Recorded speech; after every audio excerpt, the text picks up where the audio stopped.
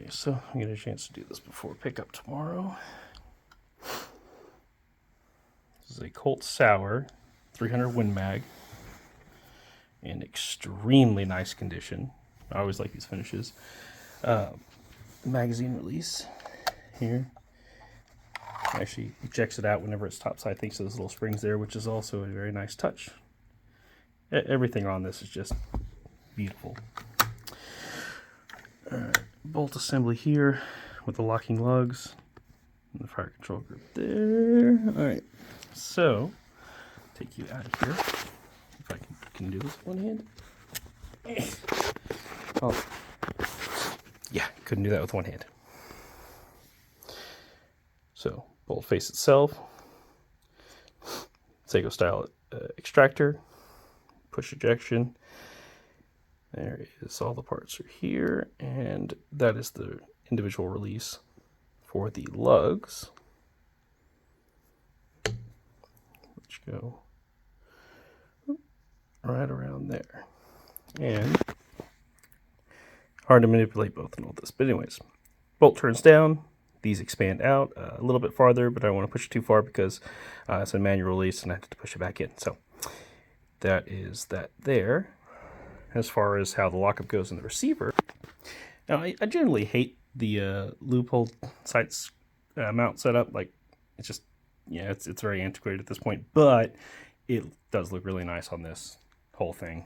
So I can't complain too much. If we can get into the system, let's turn on some light. So if you look there, right where that drop off is, that is where the lugs lock into the back of the receiver, and that's where most of the force is being applied.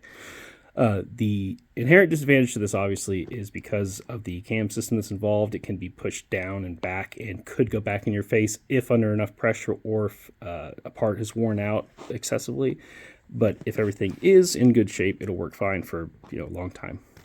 You can see the other parts of the gap in there.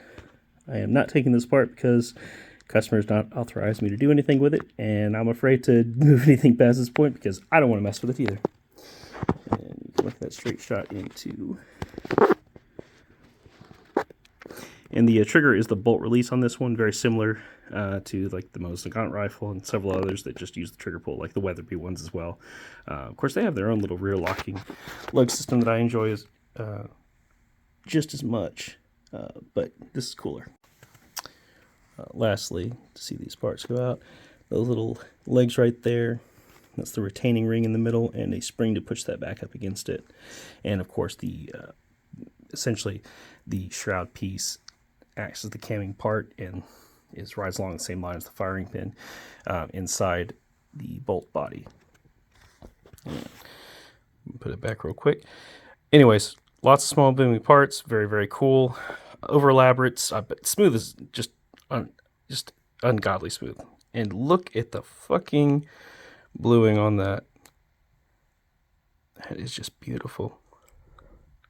Yeah, so not something I see very often. That's why I felt the need to just kind of go over it a little bit.